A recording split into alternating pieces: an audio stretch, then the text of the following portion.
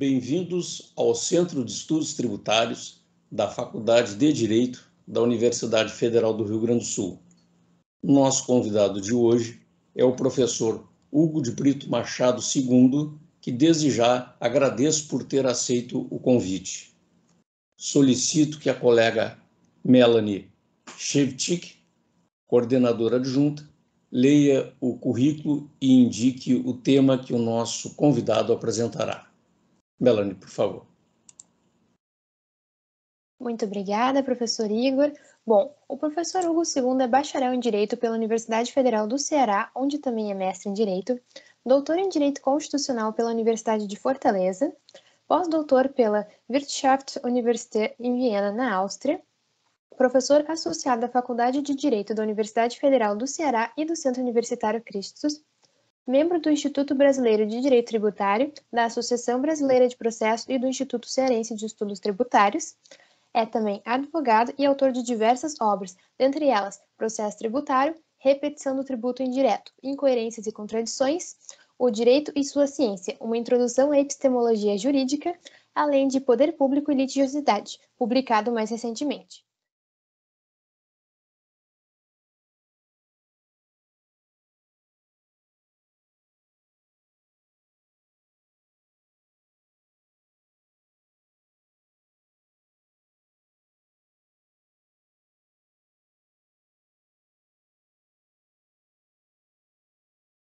Na entrevista de hoje, o professor Hugo II vai falar sobre coerência da jurisprudência em matéria tributária. Professor Igor?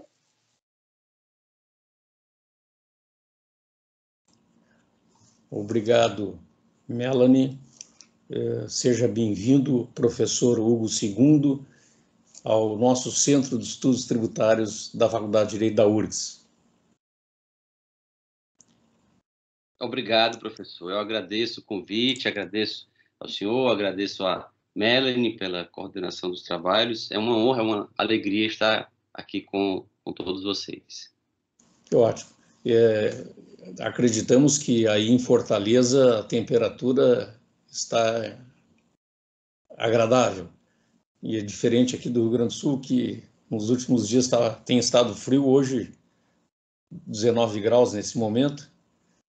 Aí deve estar um pouco mais quente, mas é um prazer lhe receber. Eu convidaria a colega Melanie, inclusive, já para iniciarmos os trabalhos, para sua consideração inicial, por favor. Claro, professor Igor. Bom, professor Hugo, o senhor poderia nos falar um pouco sobre a importância da coerência na fundamentação dos julgados? Sim, Melanie, com o maior prazer. A coerência, ela é muito importante na fundamentação dos julgados e é interessante perceber por quê.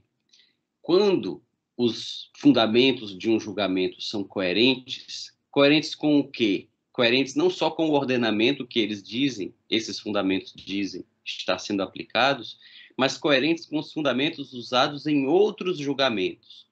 Quando a gente fala de coerência da jurisprudência, nós nos reportamos não à coerência de uma decisão. O Superior Tribunal de Justiça proferiu uma decisão incoerente. Ser coerente ou ser incoerente é uma qualidade que demanda uma comparação. Coerente com alguma coisa, ou incoerente com alguma coisa. Então, quando a gente fala de coerência de uma decisão específica, nós podemos estar falando de uma decisão cujos fundamentos se contradizem. O desembargador, o ministro, o juiz, em uma parte da decisão diz uma coisa, em outra parte diz o contrário daquilo que disse antes. Isso quebra a racionalidade da própria decisão. Só que existem recursos indicados, existem recursos apropriados para o enfrentamento desse tipo de contradição. Os embargos de declaração, por exemplo, no caso de decisões diferentes, sim, de tribunais diferentes também. Mas quando a gente verifica a incoerência na jurisprudência, ou seja, não em um julgado ou em outro, mas no corpo de julgados, se verifica a incoerência, essa incoerência... Aliás, essa é uma confusão muito comum, né? As pessoas tendem a chamar, no senso comum, tende a referir a jurisprudência como um único julgado singular, às vezes, quando não representa uma ideia, um conjunto de julgados, né? Isso, exatamente, exatamente. E aí, quando nós vemos a incoerência na jurisprudência, essa incoerência termina pondo em dúvida quais são, de fato, os critérios que aquele tribunal está usando para tomar as suas decisões.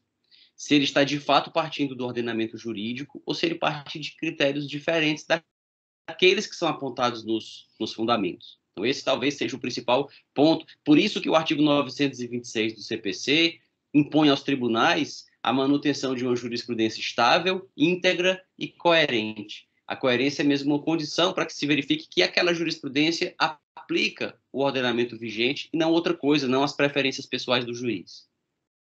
E essa, professora, eu poderia referir seria a linha jurisprudencial. Eu poderia identificar, então, uma linha jurisprudencial a partir das decisões do tribunal, encontrar uma coerência nisso.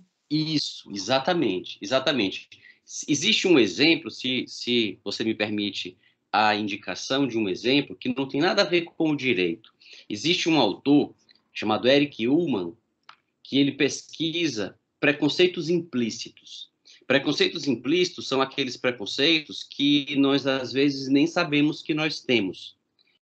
As pessoas não são preconceituosas, ou pelo menos elas não se acham preconceituosas, mas elas, sem que elas próprias conscientemente percebam, elas têm tendências preconceituosas, às vezes até instintivas.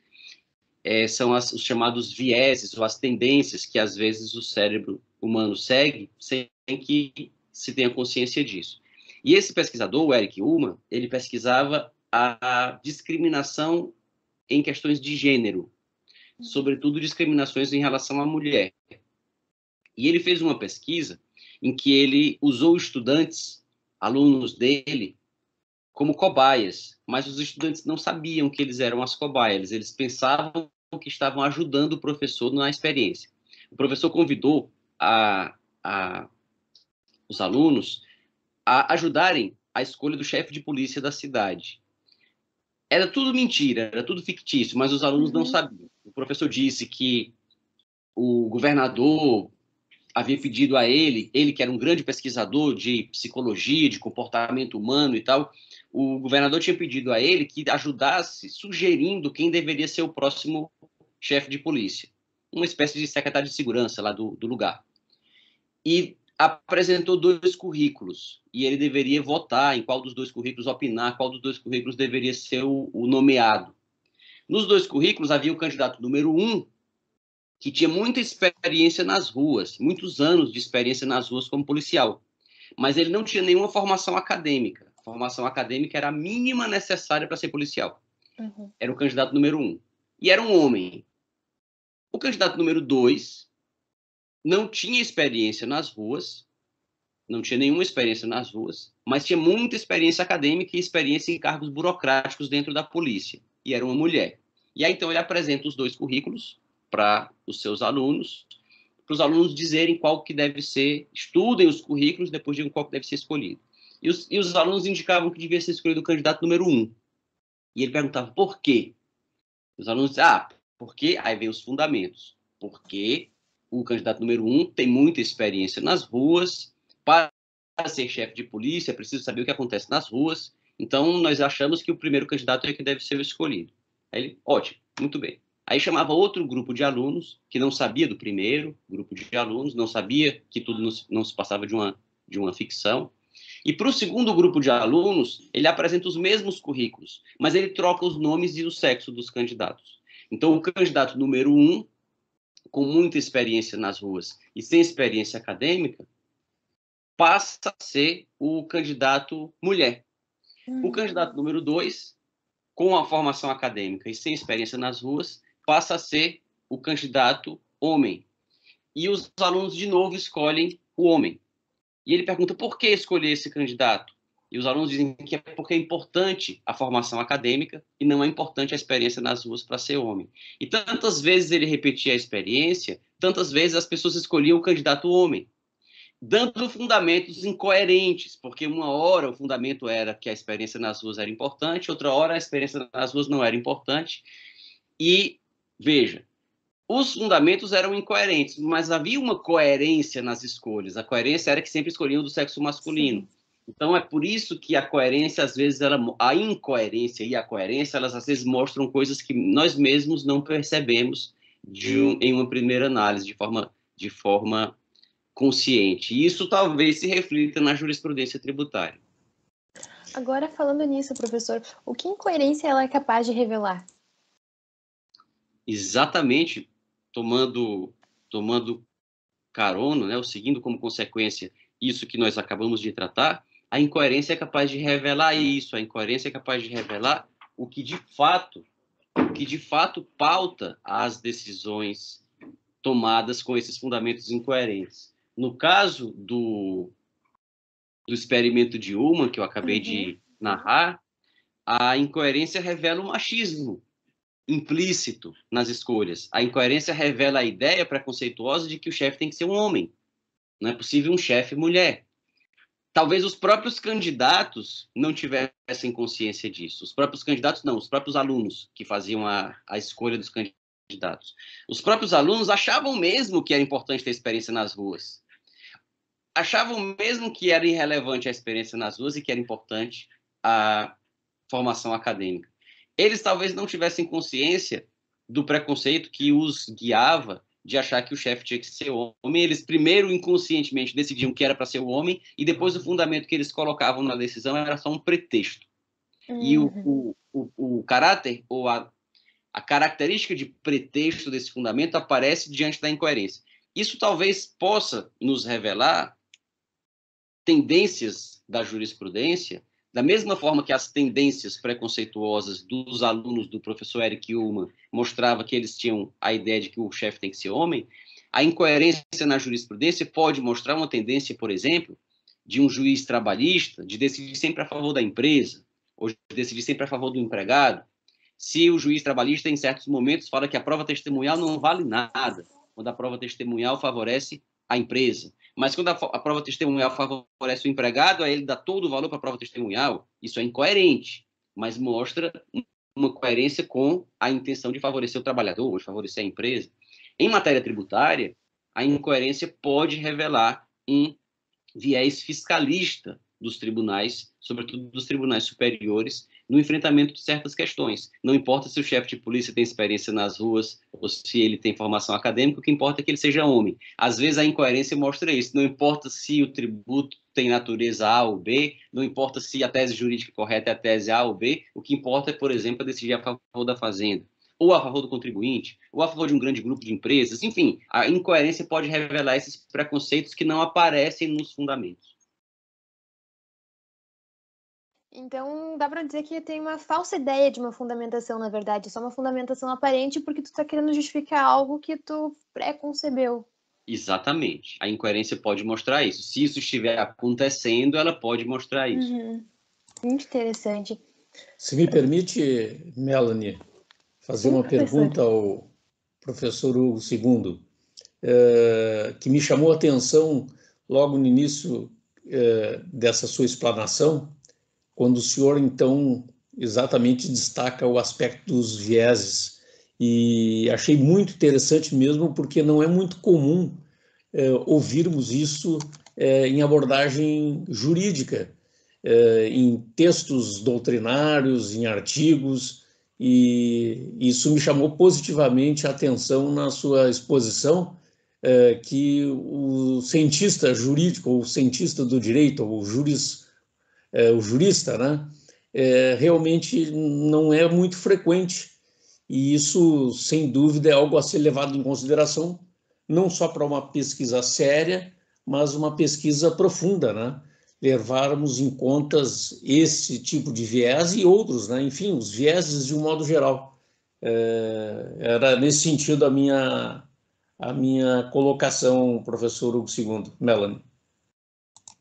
Sim, professor, isso mesmo. Essa consideração é importante porque, afinal de contas, o direito trata, dentre outras coisas, mas basicamente o direito trata da conduta humana e o direito é central à abordagem jurídica, a decisão que as pessoas tomam quando se comportam de uma forma ou de outra, por que a pessoa agiu daquela forma, quais foram os motivos que levaram aquela a agir daquela maneira, seja a decisão do agente, destinatário da norma jurídica, aquele a qual a norma jurídica, num primeiro momento, se destina em relação ao direito material, seja a decisão do agente administrativo, seja a decisão do agente judicial, do membro do Poder Judiciário, o direito se ocupa da decisão.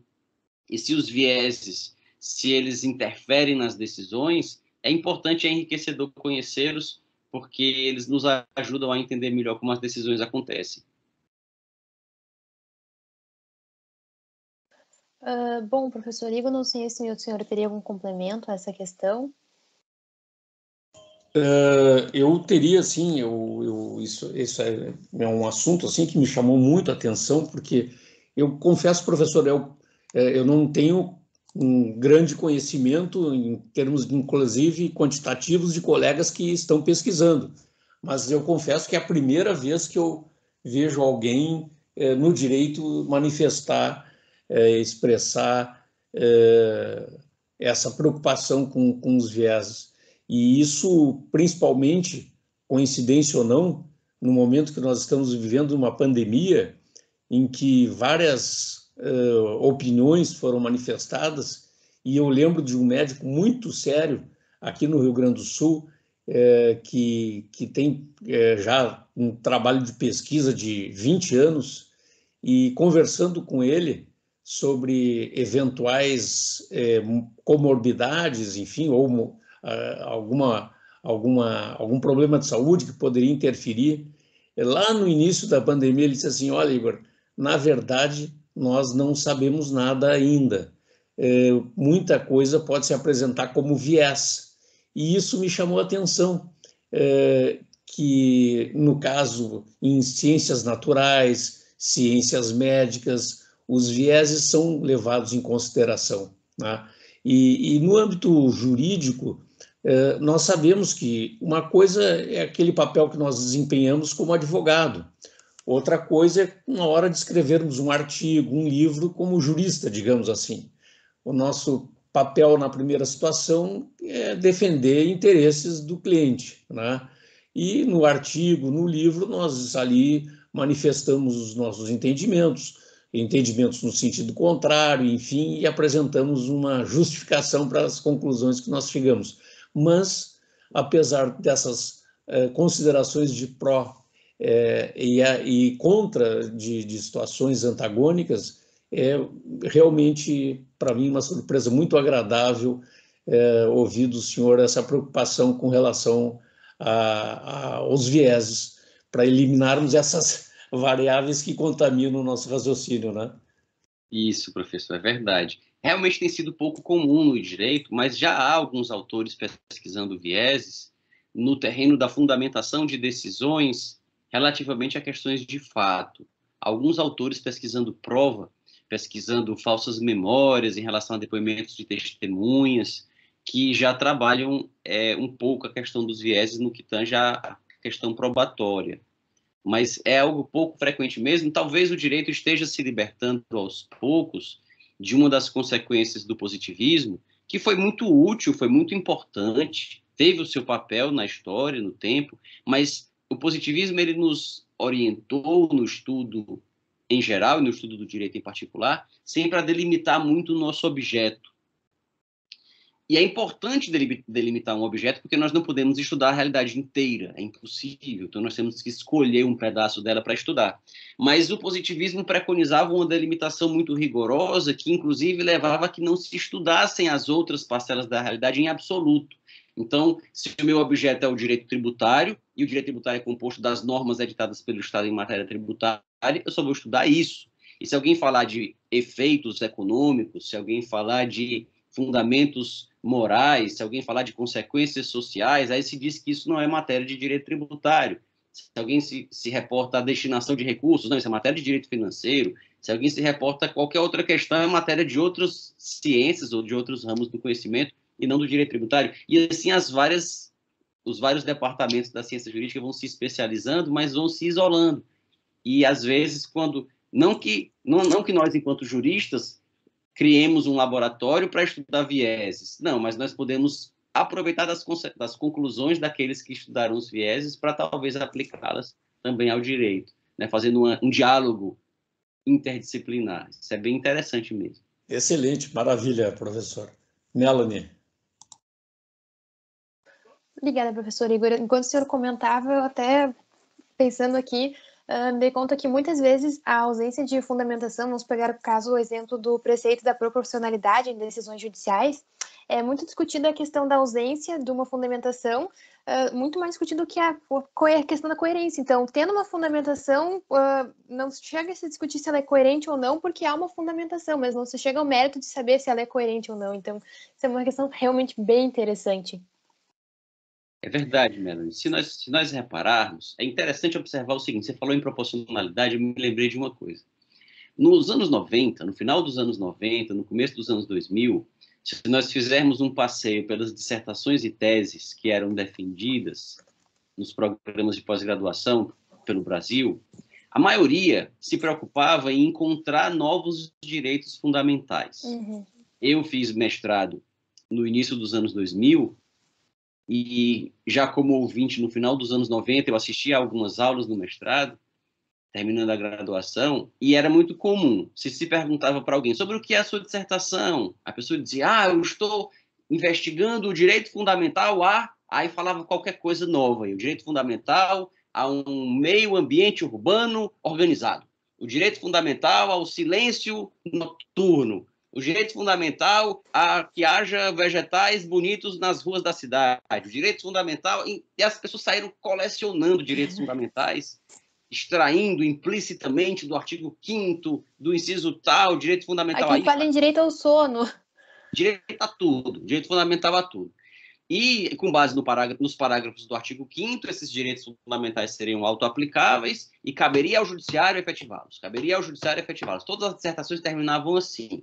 Uma longa introdução falando dos direitos fundamentais. No final, a pessoa concluía pela descoberta daquele novo direito fundamental que ela estava inventando, ou estava extraindo da implicitude da Constituição, e depois dizer que cabia ao judiciário efetivar porque não tinha lei tratando, porque não tinha política pública tratando, então o judiciário tinha que efetivar.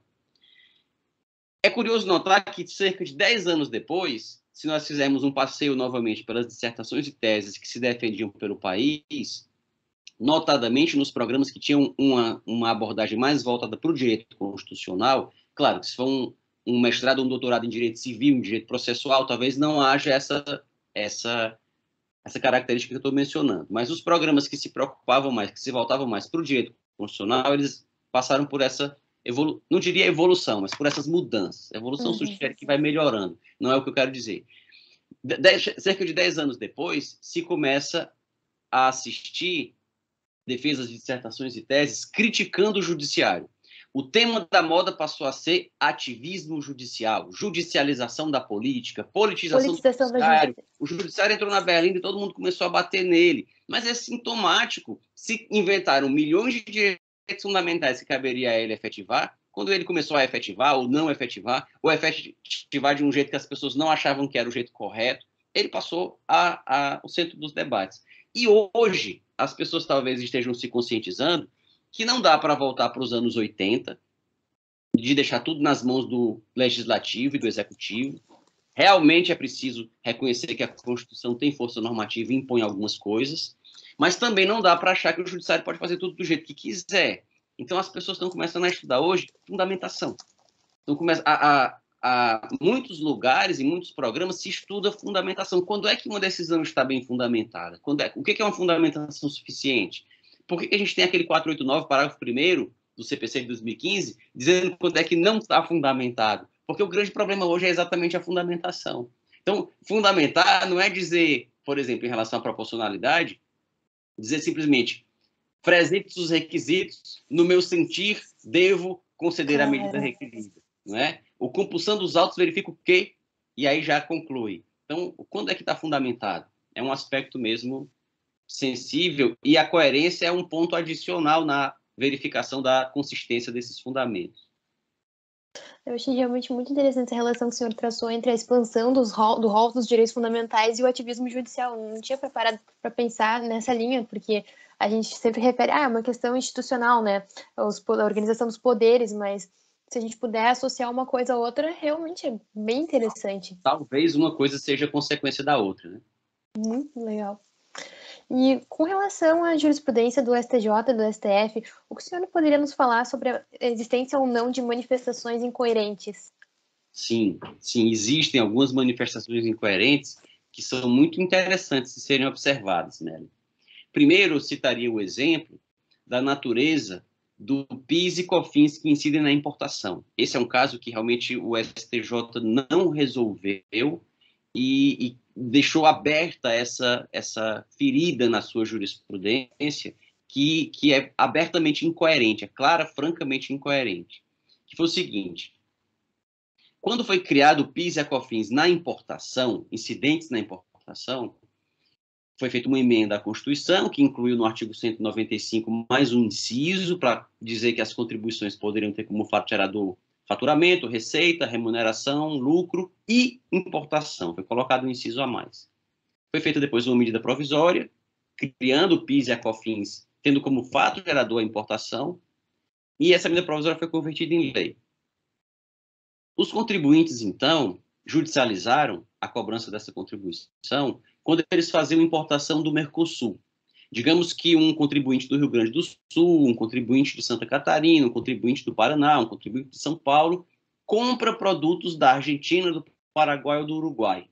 Por conta do Tratado de Assunção, dispõe lá o Tratado de Assunção que não pode haver a tributação do comércio recíproco entre os países com tributos aduaneiros. Então, não é possível cobrar imposto de importação. E o Mercosul diz, tem o nome que tiver, imposto, taxa, contribuição, tem o nome que tiver. Se o fato gerador for a importação, não pode cobrar no comércio recíproco. Pode cobrar o tributo interno, porque tem que haver igualdade de tratamento. O vinho gaúcho tem que pagar o mesmo ICMS do vinho argentino. Então, se alguém importa vinho da Argentina, paga ICMS, paga IPI. Se o vinho gaúcho também paga IPI. Mas imposto de importação, não. É o que diz o Mercosul. Então, os contribuintes disseram, bom, então a contribuição também não vou pagar porque é uma contribuição em importação. Só que o STJ decidiu o seguinte, não. Embora ela tenha esse nome, PIS importação, COFINS importação, é a mesma contribuição PIS e a mesma contribuição COFINS que são cobradas internamente. Essa mudança foi feita só para cobrar também do produto importado o mesmo tributo que é cobrado do produto interno. Então, do mesmo jeito que o vinho gaúcho paga o mesmo ICMS que o vinho argentino, o vinho gaúcho tem que pagar o mesmo PIS e COFINS que o vinho argentino. Então, é por isso que é cobrado PIS e COFINS do produto que vem da Argentina.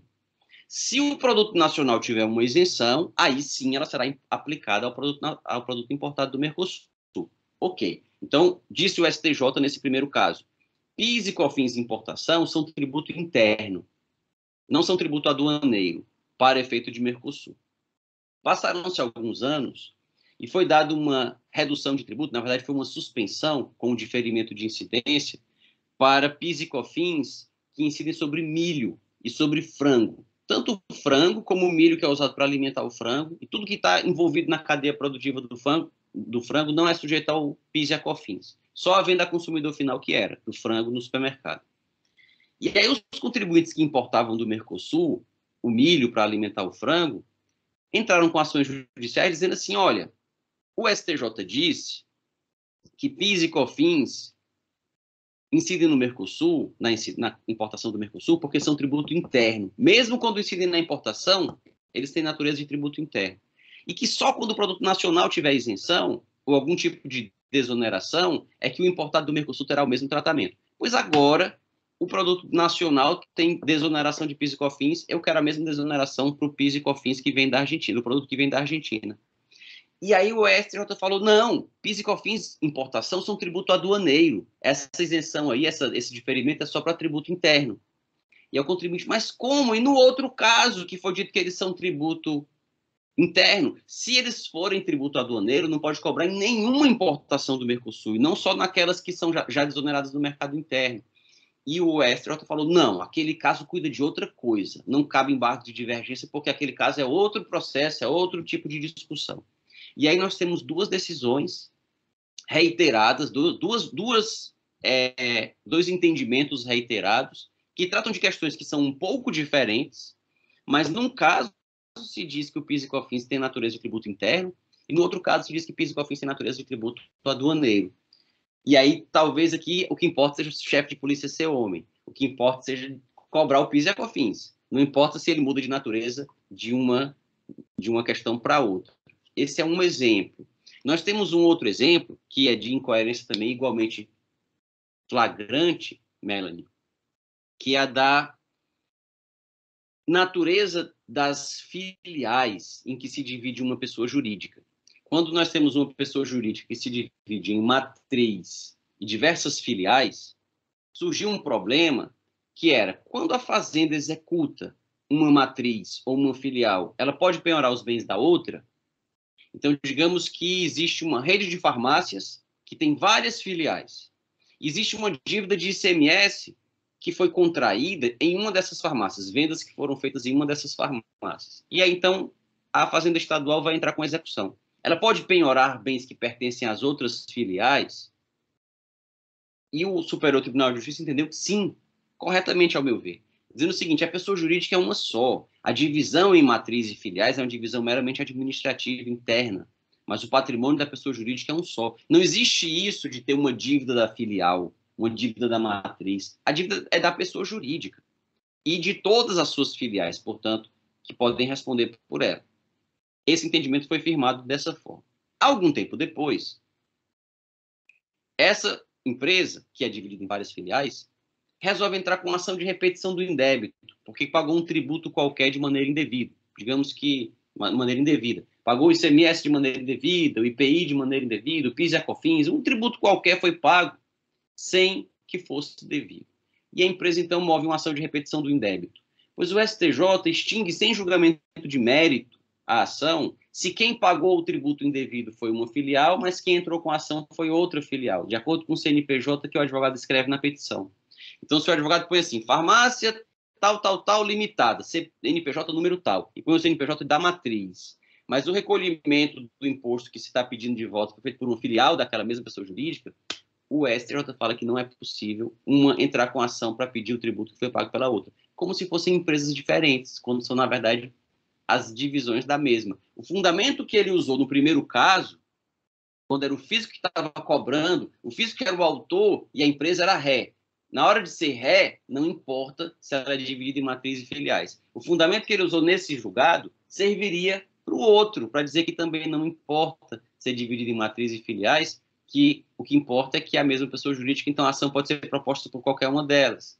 Mas nesse caso, não. Nesse caso, diz que a ação não deveria ser sequer conhecida, porque é ajuizada pela matriz quando o tributo foi pago pela filial ou vice-versa. Então, aí outro exemplo de incoerência. E há vários outros. Eu poderia aqui, inclusive, apontar mais alguns do STJ e do STF também, em que acontecem situações assim. Não é questão de concordar com a decisão, de dizer que está certo ou que está errado. A questão é que as duas não podem ser certas.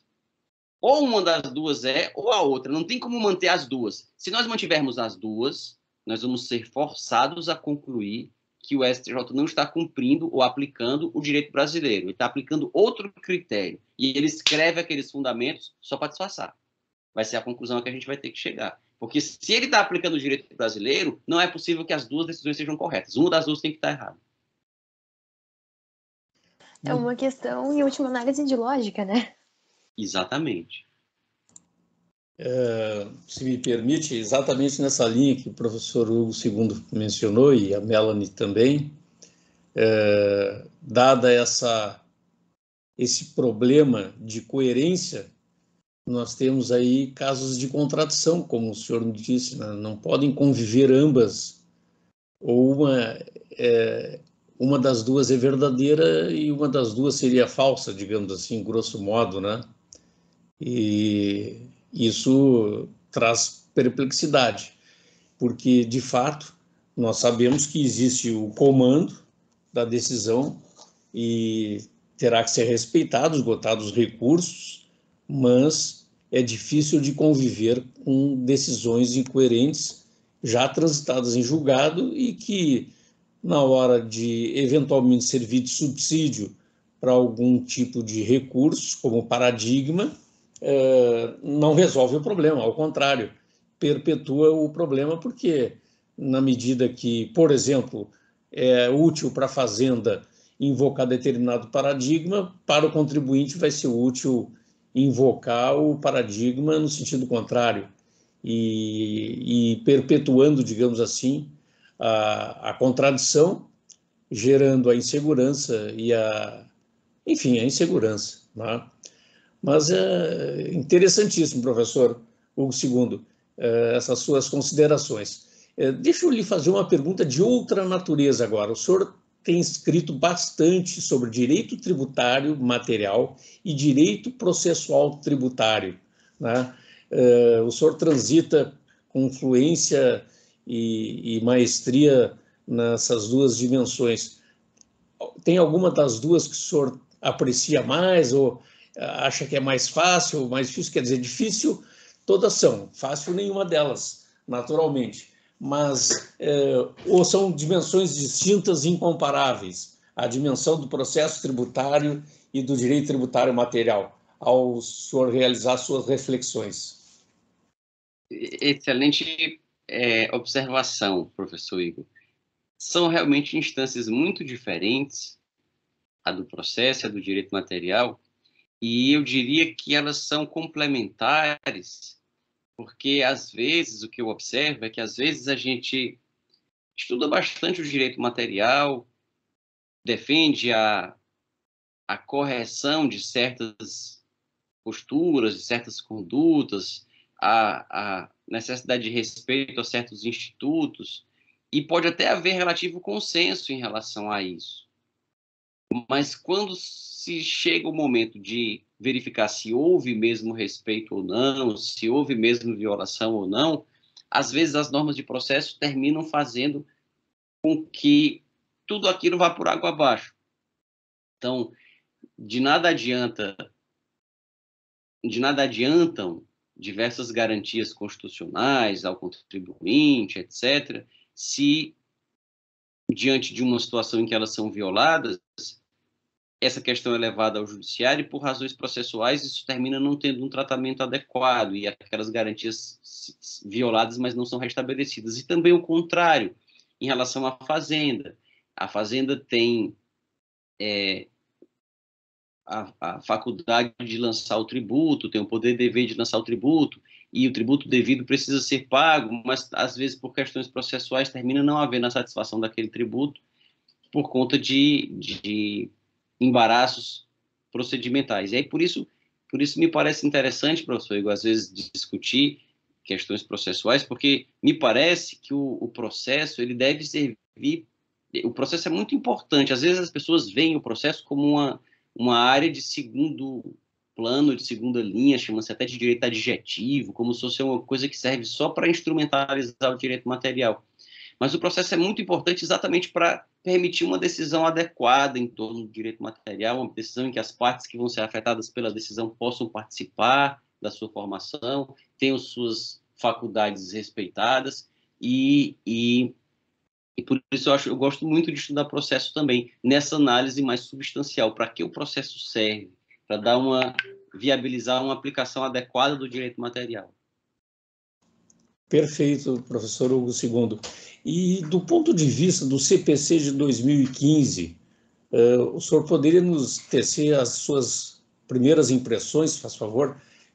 Primeiras impressões que eu digo em razão das decisões judiciais que têm aplicado o CPC. De um modo geral, quais são as suas impressões do CPC de 2015, por favor? Excelente, professor Igor. De um modo geral, eu sou muito simpático ao CPC de 2015. O CPC de 2015 ele foi feito com a colaboração de diversos juristas que não só têm atuação acadêmica, mas também têm atuação prática, como magistrados ou como advogados. E acho que o CPC, como toda obra humana, certamente ele tem defeitos, alguns que já puderam ser apontados desde o início, outros que talvez vão se manifestando, vão aparecendo com o tempo, mas, no geral, em relação ao CPC de 73, ele tem muitas virtudes. Ele incorpora, ele consolida algumas mudanças, algumas reformas que o anterior já estava, inclusive, já vinha sofrendo, mas ele consolida e modifica e inova em alguns pontos. Eu apontaria, em matéria tributária, principalmente, existem várias, mas duas, ou talvez três, inovações do CPC que são importantes. A primeira diz respeito aos honorários. Os honorários devidos pela Fazenda Pública em matéria tributária, portanto, mas não só, matérias em que a Fazenda Pública seja parte de uma forma geral, mas são todas em matéria tributária que se enquadram nesse contexto.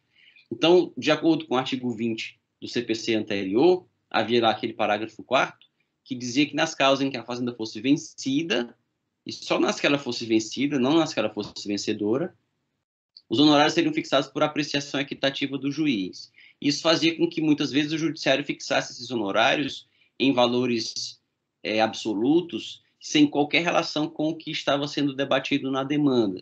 Então, demandas de valores elevados, em face das quais a responsabilidade do profissional é também muito elevada.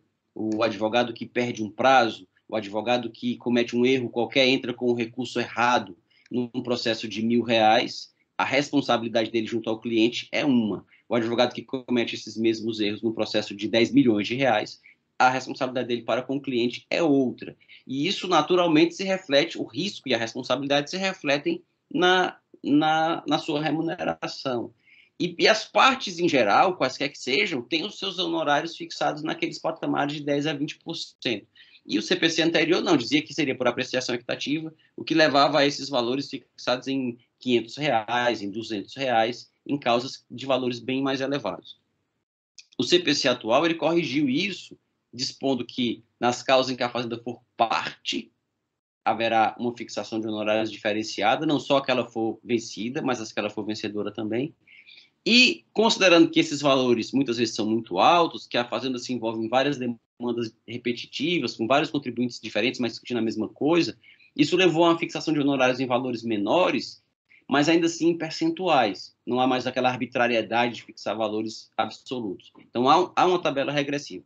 Nesse ponto, ele foi muito positivo, mas já está se verificando na jurisprudência uma tendência de alguns magistrados de ressuscitarem o CPC anterior, aplicando o parágrafo 8º do artigo 85 nas causas em que a Fazenda é vencida para fixar os honorários por equidade, violando frontalmente a letra do Código, que não permite essa aplicação. Mas a gente verifica aí aquela tendência de adotar uma conduta, mesmo quando a lei é alterada para proibir a conduta continua acontecendo com outras vestes, que é a conduta de fixar esses honorários em valores absolutos e mais baixos, equitativos, só porque é a Fazenda quem paga. Então, esse é um primeiro ponto. O outro é o da jurisprudência defensiva. Eu diria que nesse quesito o Código foi muito feliz. O que a gente chama de jurisprudência defensiva? Aqueles entendimentos que os tribunais superiores adotam, sobretudo em matéria processual, para se livrar de recurso. Então, a ideia é não apreciar o mérito, só entrar no mérito se for um jeito. O meu pai costumava dizer, brincando, que o ministro está jogando xadrez com as partes. E só se as partes colocarem o ministro em xeque-mate é que ele julga o mérito. Enquanto ele puder sair, colocar o peão mais para cá, trazer o bispo para lá, colocar a dama para cá, a rainha para lá, o rei para cá, ele faz. Mas se ele for colocado em xeque-mate, aí ele julga o mérito. E cada vez se inventavam mais justificativas para não examinar o mérito. O recurso foi interposto antes do prazo, as custas foram pagas, mas foram pagas com o código de receita errado, e preencheu a guia de caneta para preencher de máquina de escrever. Enfim, os fundamentos mais disparatados para não conhecer de recursos. E o CPC atual, no capítulo de recursos, ele tem uma série de artigos dizendo que isso não pode acontecer, que sempre que for possível sanar o vício deve ser sanado para que se conheça o mérito do recurso. Isso talvez, assim como aconteceu com o artigo dos honorários, aparentemente resolveu, mas numa mostra de que a lei é só a superfície do fenômeno jurídico, o fenômeno jurídico é bem mais profundo do que só a superficialidade do texto legal, o mesmo problema da jurisprudência defensiva continua acontecendo nas cortes superiores. Só que o que a gente assiste agora são acórdãos que fazem referência a realidades que não são a dos autos. Por exemplo, antes, professor Igor, quando o ministro não queria conhecer de um recurso, porque ele estava com processo demais para julgar, ele dizia que não conhecia porque o recurso tinha sido interposto antes do prazo, antes da publicação do acordo. Agora tem um artigo que diz que não pode mais acontecer isso. Antes o ministro não conhecia de um recurso porque dizia que tinha um carimbo ilegível na formação do instrumento, quando o processo ainda era físico. Hoje o processo é eletrônico e mesmo assim há artigos que falam que ele não pode mais fazer isso. Então, como é que às vezes hoje alguns ministros negam, deixam de conhecer de recursos? E isso ataca tanto o fisco como o contribuinte, não é uma questão que tenha destinatário certo, ataca as partes em geral.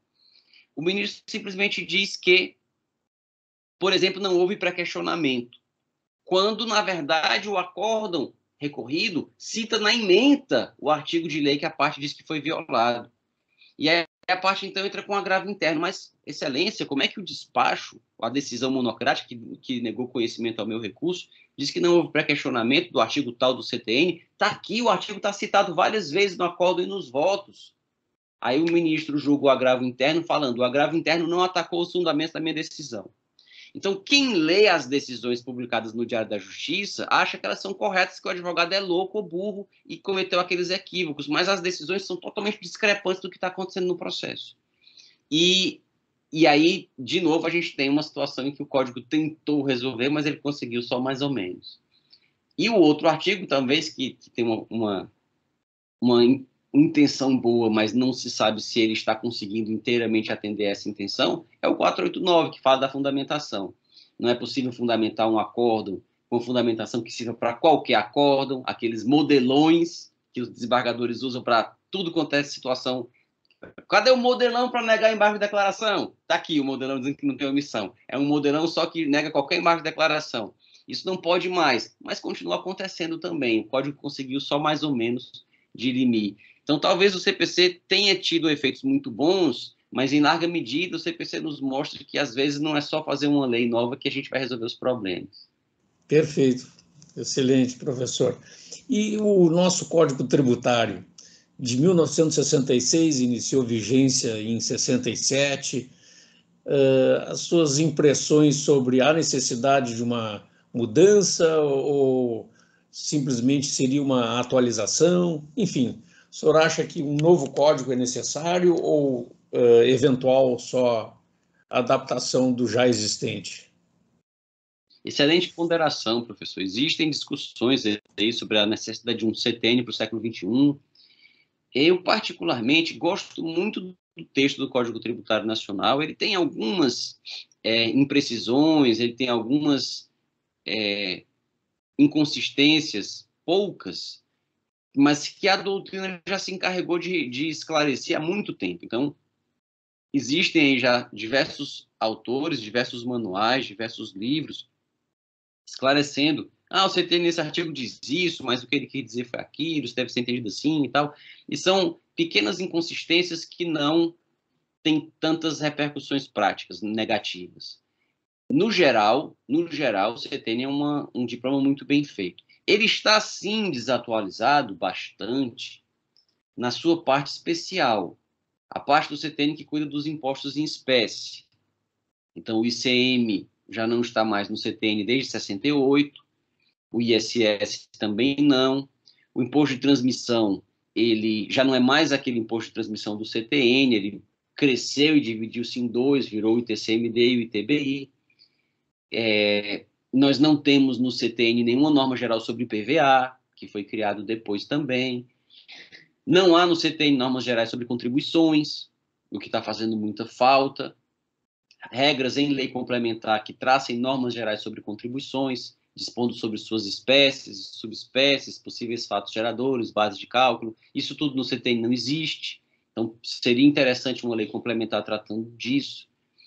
Mas a parte geral, a parte que trata de lançamento, de causa de suspensão de exigibilidade, de causa de exclusão do crédito, de extinção do crédito, essa parte eu até tenho medo de ela ser reformada e tirarem do CTN disposições muito, muito ricas e muito importantes, sobretudo o capítulo sobre responsabilidade tributária, que basta a gente ver, professor Igor, quais são os dispositivos mais citados pela jurisprudência.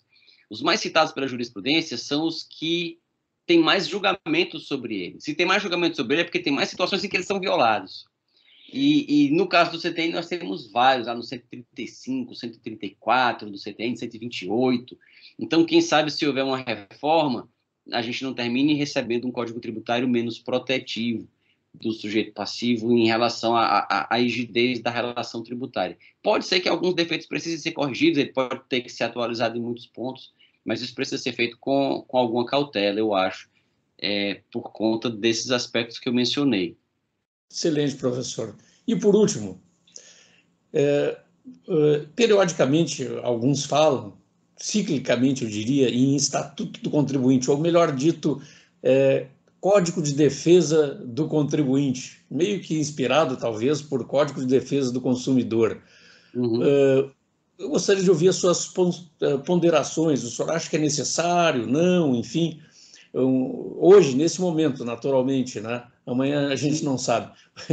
E o passado também já foi, né? Então, o que o senhor poderia nos dizer sobre eventual necessidade ou não de um Código de Defesa do Contribuinte, por favor? Excelente lembrança, professor Igor, essa do Código de Defesa do Contribuinte. Ele foi bastante debatido há uns 20 anos, talvez, a necessidade, mais ou menos pouco tempo depois do consumidor, se passou a falar do contribuinte. Eu acho que seria importante, mais por uma questão simbólica do que por uma questão de necessidade efetiva de normas expressas sobre certos assuntos.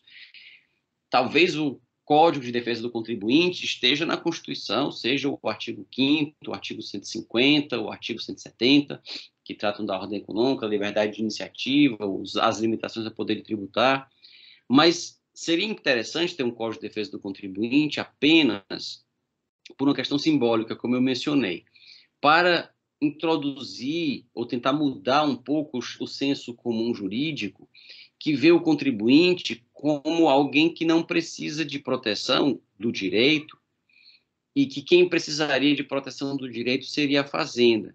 E aqui eu remeto, por todos os outros autores que eu poderia citar, o professor James Marins, da Universidade Federal, acho que o professor James Marins é da PUC do Paraná, professor curitibano, e que o professor James tem um livrinho intitulado, digo livrinho pelo número de páginas, mas em termos de qualidade, de profundidade, é um livraço, que é o Defesa e Vulnerabilidade do Contribuinte, que o professor James escreveu para mostrar que na relação tributária, que é uma relação obrigacional em que o credor faz a lei que regula o nascimento da obrigação, aplica essa lei dispondo sobre o conteúdo da obrigação e depois julga os conflitos que decorrem dessa aplicação, o credor tem a tríplice função,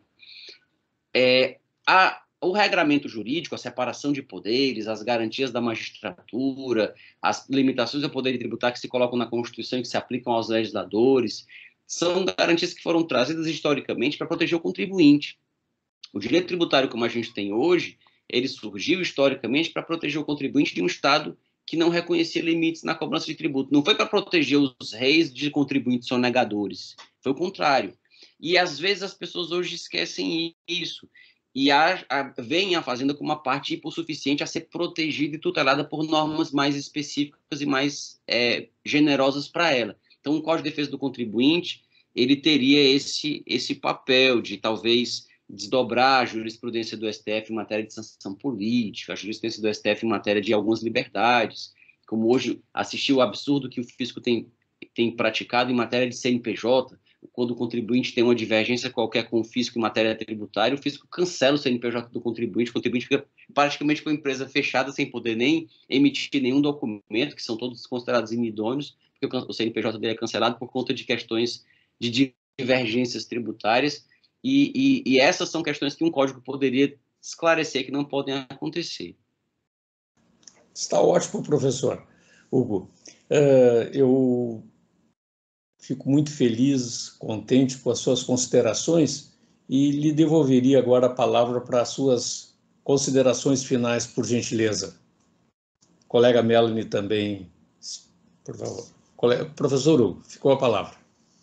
Eu só tenho a agradecer, professor Igor, pelo convite, dizer que é sempre uma alegria fazer parte das atividades, dos eventos, das iniciativas que o senhor capitaneia na URGS, no Instituto, nos eventos que nós participamos em Gramado, que felizmente espero que retornem em breve. Se Deus quiser. Para aproveitarmos também da convivência pessoal e presencial. Queria agradecer a todos aos que nos assistem, os que nos assistem agora, os que nos assistirão depois na gravação. E queria agradecer também a Melanie pela coordenação, pelas perguntas também muito pertinentes que fez e pela participação aqui nesse nosso bate-papo. Muitíssimo obrigado. Obrigado, Nós professor. Nós agradecemos, professor. Muito obrigada. É verdade, nós que agradecemos. Professor Hugo de Brito Machado II, mais uma vez, então, e dando encerramento aos nossos trabalhos de hoje, agradeço a sua participação, também agradecendo a mestranda Melanie, como coordenadora adjunta, pela imensa colaboração, sem a qual esse encontro não seria possível de ser realizado. Muito obrigado, um abraço a todos. Um abraço. Tchau. Um abraço, tchau, tchau.